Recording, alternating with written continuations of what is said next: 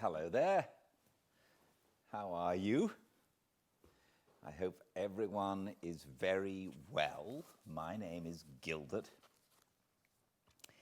and I've been doing these fireside readings for several months now, and at the moment we are reading The Inimitable Jeeves by P.G. Wodehouse. He's one of my favorites, and the Jeeves and Wooster stories are one of my favorites.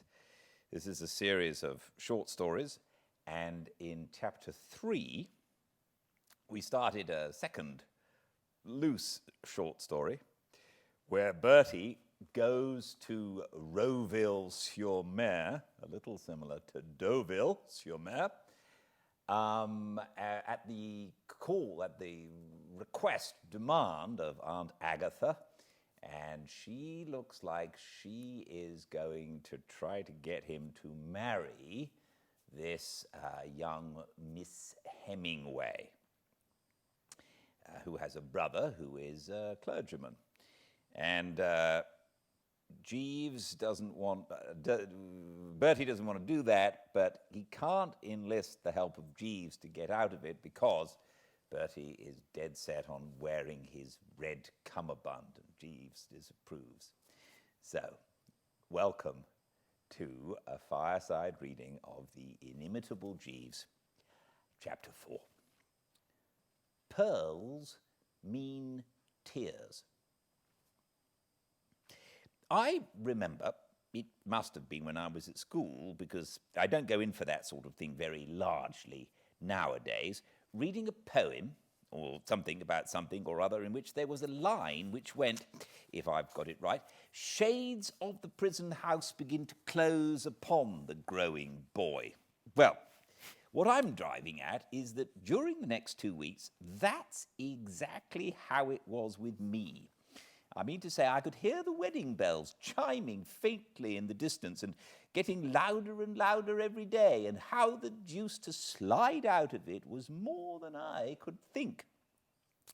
Jeeves, no doubt, could have dug up a dozen brainy schemes in a couple of minutes, but he was still aloof and chilly, and I couldn't bring myself to ask him point blank. I mean, he could see easily enough that the young master was in a bad way, and if that wasn't enough to make him overlook the fact that I was still gleaming brightly about the waistband, well, what it amounted to was that the old feudal spirit was dead in the blighter's bosom, and there was nothing to be done about it. It really was rummy the way the Hemingway family had taken to me. I wouldn't have said offhand that there was anything particularly fascinating about me. In fact, most people look on me as rather an ass, but there was no getting away from the fact that I went like a breeze with this girl and her brother. They didn't seem happy if they were away from me. I couldn't move a step, dash it, without one of them popping out from somewhere and freezing on. In fact, I'd got into the habit now of retiring to my room when I wanted to take it easy for a bit. I had managed to get a rather decent suite on the 3rd floor looking down onto the promenade. I had gone to earth in my suite one evening, and for the first time that day was feeling that life wasn't so bad after all. Right through the day from lunchtime, I'd had the Hemingway girl on my hands, Aunt Agatha having shooed us off together immediately after the midday meal. The result was, as I looked down on the lighted promenade and saw all the people popping happily about on their way to dinner in the casino and whatnot, a kind of wistful feeling came over me. I couldn't help thinking how dashed happy I could have contrived to be in this place if only Aunt Agatha and the other blisters had been elsewhere. I heaved a sigh, and at that moment there was a knock at the door. "Someone at the door, Jeeves?" I said.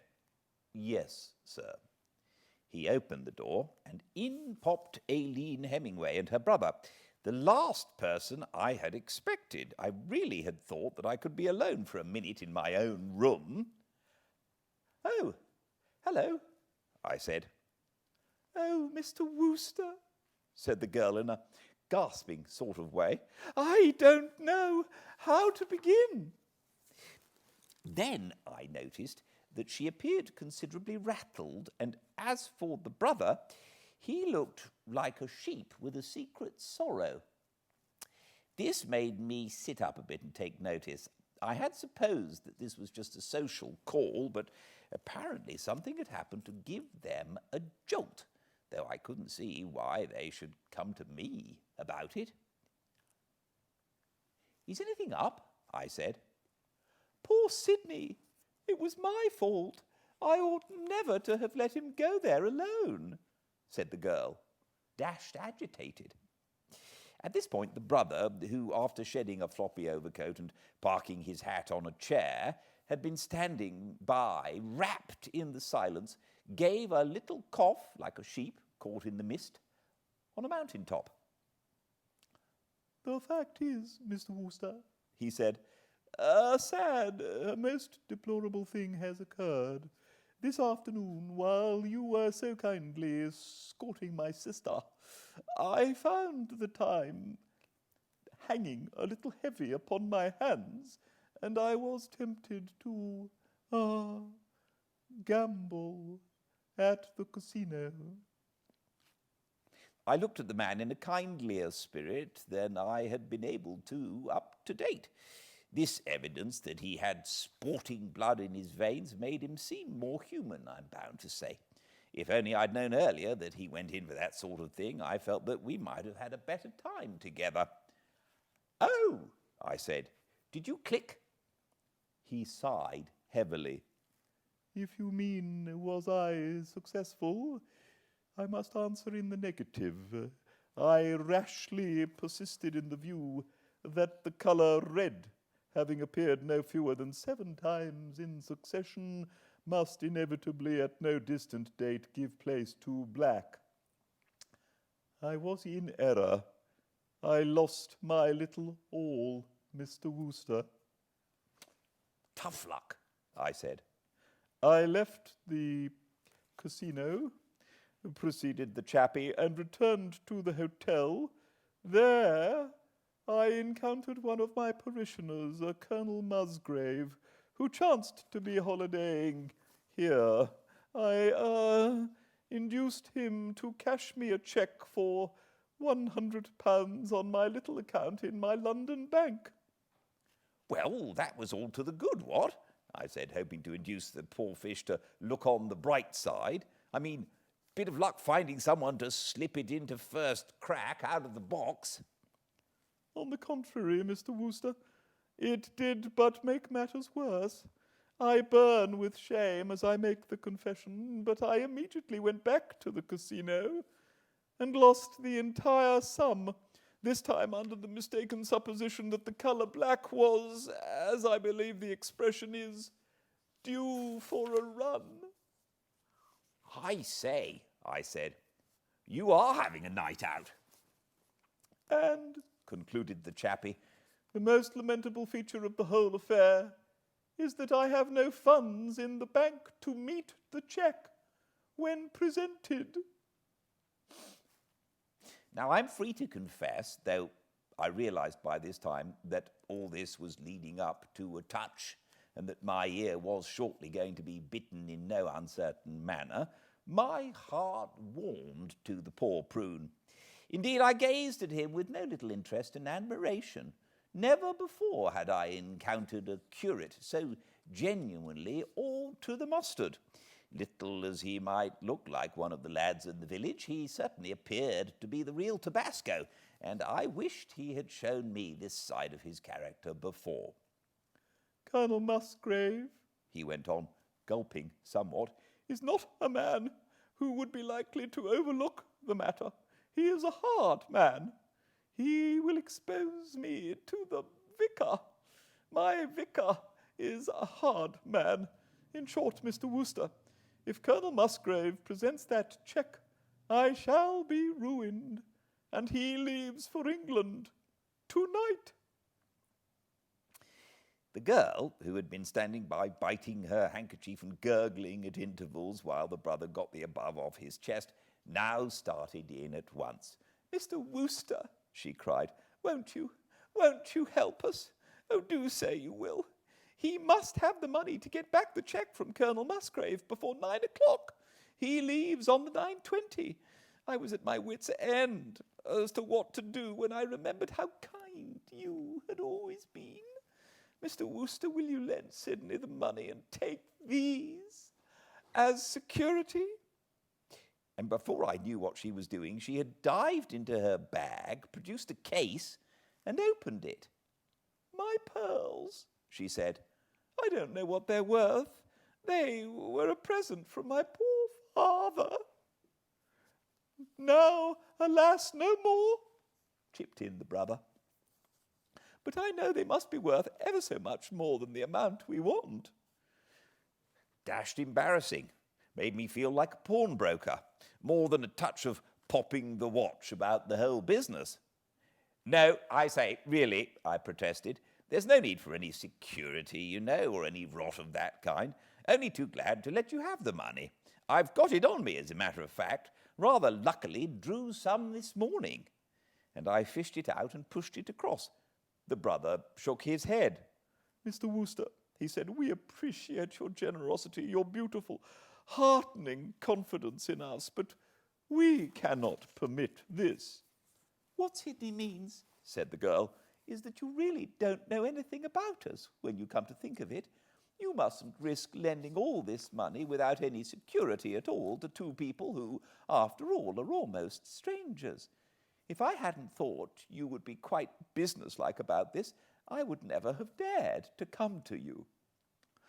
"The idea of pledging the pearls at the local Mont de Piété was, you will readily understand, repugnant to us," said the brother.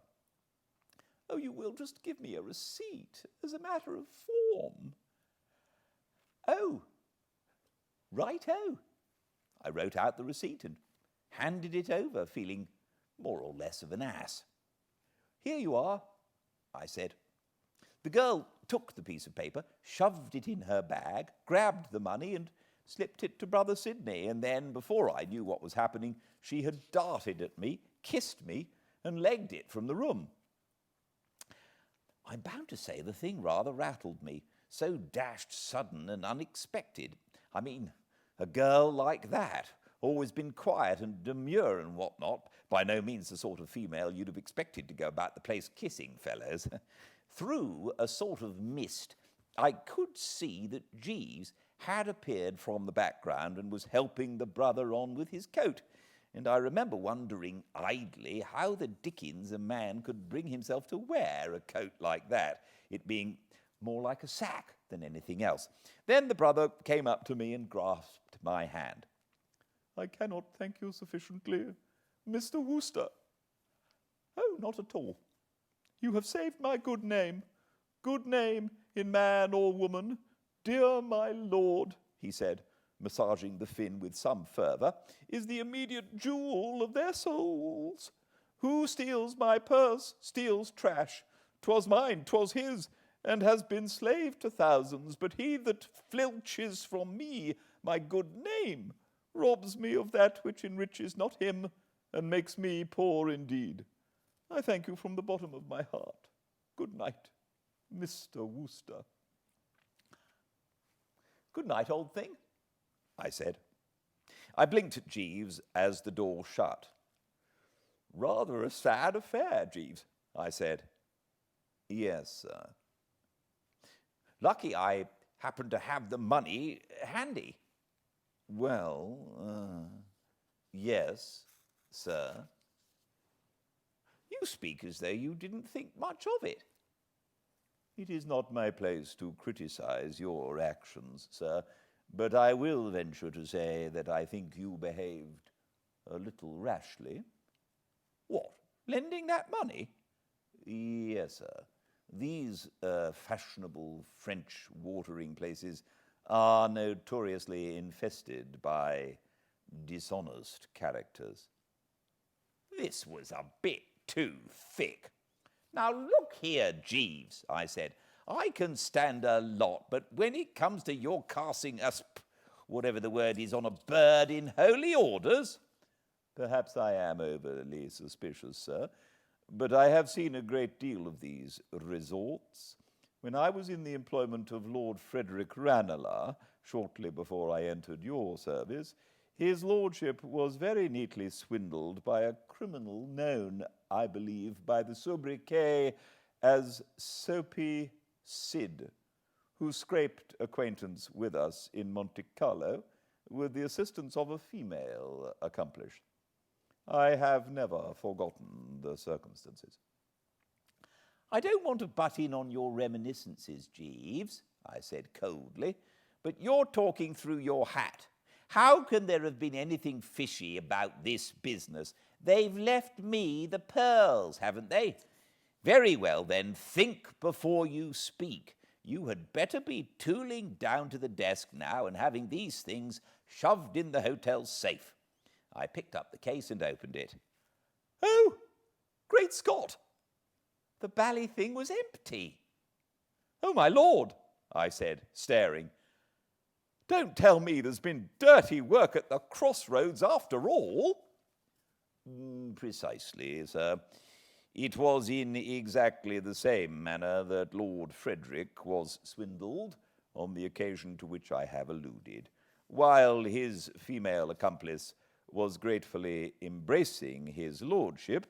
Soapy Sid substituted a duplicate case for the one containing the pearls and went off with the jewels, the money, and the receipt. On the strength of the receipt, he subsequently demanded from his lordship the return of the pearls, and his lordship, not being able to produce them, was obliged to pay a heavy sum in compensation. It is a simple but effective ruse. I felt as if the bottom had dropped out of things with a jerk. Soapy Sid? Sidney? Brother Sidney? Why, by Jove's Jeeves, do you think that parson was Soapy Sid? Yes, sir. But it seems so extraordinary. Why, his collar buttoned at the back. I mean, he would have deceived a bishop. Do you really think he was Soapy Sid? Yes, sir. I recognized him directly he came into the room. I stared at the blighter. You recognized him? Yes, sir. Then dash it all, I said, deeply moved. I think you might have told me. I thought it would save disturbance and unpleasantness if I merely abstracted the case from the man's pocket as I assisted him with his coat, sir. Here it is. He laid open another case on the table beside the dud one, and by Jove, you couldn't tell them apart. I opened it, and there were the good old pearls, as merry and bright as damn it, smiling up at me. I gazed feebly at the man.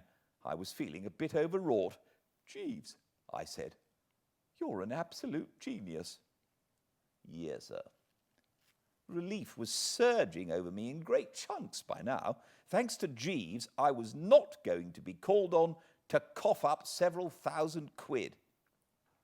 It looks to me as though you've saved the old home. I mean, even a chappie endowed with the immortal rind of dear old Sid is hardly likely to have the nerve to come back and retrieve these little chaps. I should imagine not, sir. Well, then. Oh, I say, you don't think they are just paste or anything like that? No, sir. These are genuine pearls and extremely valuable. Well, then, dash it, I'm on velvet. Absolutely reclining on the good old plush. I may be down £100, but I'm up a jolly good string of pearls. Am I right or wrong? Hardly that, sir. I think that you will have to restore the pearls. What? To Sid? Not while I have my physique? No, sir, to their rightful owner. But who is their rightful owner? Mrs. Gregson, sir. What? How do you know? It was all over the hotel about an hour ago that Mrs. Gregson's pearls had been abstracted. I was speaking to Mrs. Gregson's maid shortly before you came in, and she informed me that the manager of the hotel is now in Mrs. Gregson's suite. And having a devil of a time, what? So I should be disposed to imagine, sir. The situation was beginning to unfold to me. I'll go and give them back to her, eh? It'll put me one up, what? Precisely, sir. And if I may make the suggestion, I think it might be judicious to stress the fact that they were stolen by... Great Scott! By the dashed girl she was hounding me on to marry, by Jove! Exactly, sir. Jeeves, I said, this is going to be the biggest score off my jolly old relative that has ever occurred in the world's history. It is not unlikely, sir. Keep her quiet for a bit, what? Make her stop snootering me for a while. It should have that effect, sir. Golly, I said, bounding for the door. Long before I reached Aunt Agatha's lair, I could tell that the hunt was up. Divers chappies in hotel uniform and not a few chambermaids of sorts were hanging about in the corridor, and through the panels I could hear a mixed assortment of voices with Aunt Agatha's topping the lot. I knocked, but no one took any notice, so I trickled in. Among those present, I noticed a chambermaid in hysterics, Aunt Agatha with her hair bristling, and the whiskered cove who looked like a bandit, the hotel manager fellow. "Oh, hello," I said. "Hello, hello, hello." Aunt Agatha shushed me away. No welcoming smile for Bertram. "Don't bother me now, Bertie," she snapped, looking at me as if I were more or less the last straw. "Something up?" Yes, I've lost my pearls." "Pearls? Pearls? Pearls?" I said. "No, really, dashed annoying. Where did you see them last?" "What does it matter where I saw them last? They have been stolen." Here, Wilfrid the Whisker King, who seemed to have been taking a rest between rounds, stepped into the ring again and began to talk rapidly in French. Cut to the quick, he seemed. The chambermaid whooped in the corner. "Sure you've looked everywhere?" I said. "Of course I've looked everywhere." "Well, you know, I've often lost a collar stud, and..." "Do try not to be so maddening, Bertie. I have enough to bear without your imbecilities. Oh, be quiet, be quiet," she shouted in the sort of voice used by sergeant majors and those who call the cattle home across the sands of Dee. And such was the magnetism of her forceful personality that Wilfrid subsided as if he had run into a wall. The chambermaid continued to go strong. "I say," I said, "I think there's something the matter with this girl. Isn't she crying or something? You may not have spotted it, but I'm rather quick in noticing things." "She stole my pearls. I am convinced of it." This started the whisker specialist off again, and in about a couple of minutes Aunt Agatha had reached the frozen Grande Dame stage and was putting the last of the bandits through it in the voice she usually reserves for snubbing waiters in restaurants. "I tell you, my good man, for the 100th time." I said, "don't want to interrupt you and all that sort of thing, but these aren't the little chaps by any chance, are they?" I pulled the pearls out of my pocket and held them up. "These look like pearls." "What?" I don't know when I've had a more juicy moment. It was one of those occasions about which I shall prattle to my grandchildren, if I ever have any, which at the moment of going to press seems more or less of 100-to-1 shot. Aunt Agatha simply deflated before my eyes.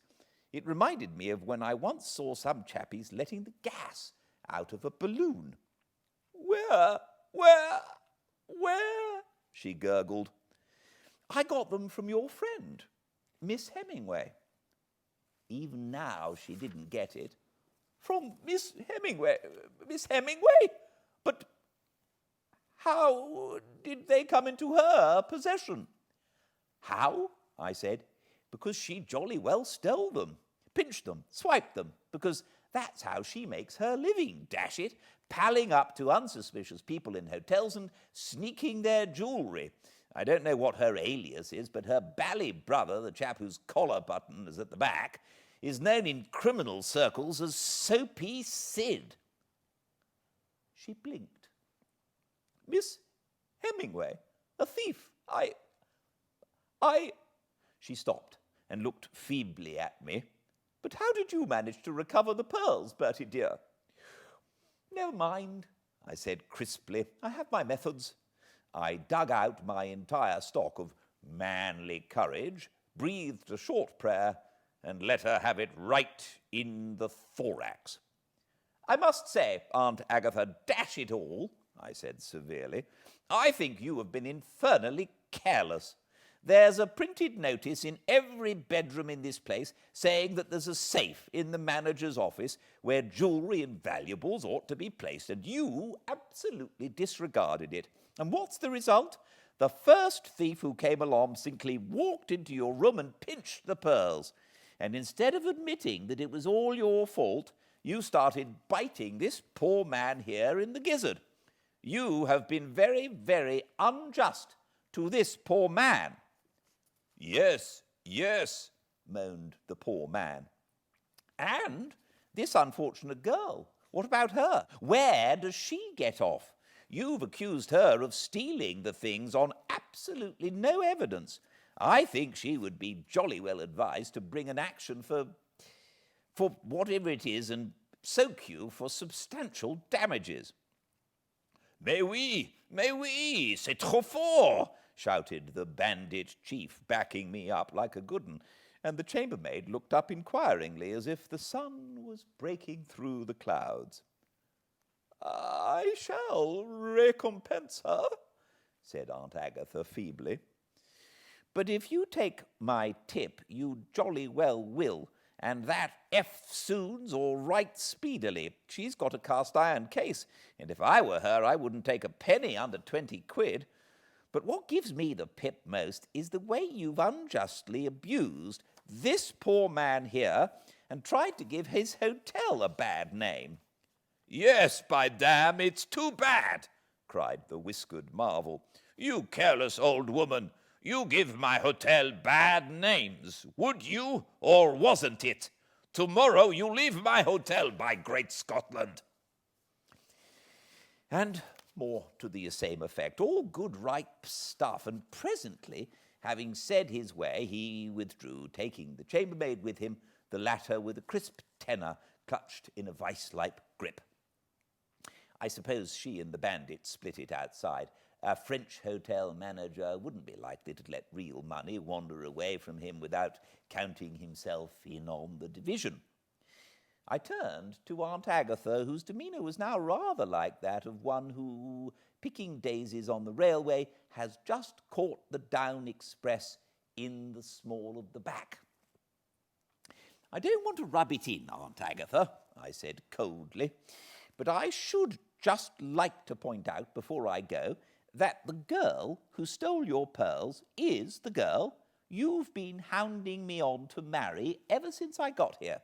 Good heavens, do you realise that if you'd brought the thing off, I should probably have had children who would have sneaked my watch while I was dandling them on my knee? I'm not complaining. I'm not a complaining sort of chap, as a rule. But I must say that another time I do think you might be more careful how you go about egging me on to marry females. I gave her one look, turned on my heel, and left the room. 10 o'clock. A clear night and all's well, Jeeves, I said, breezing back into the good old suite. I am gratified to hear it, sir. If 20 quid would be of any use to you, Jeeves, I am much obliged, sir. There was a pause, and then, well, it was a wrench, but I did it. I unstripped the cummerbund and handed it over. Do you wish me to press it, sir? I gave the thing one last longing look. It had been very dear to me. No, I said, take it away. Give it to the deserving poor. I shall never wear it again. Thank you very much, sir, said Jeeves.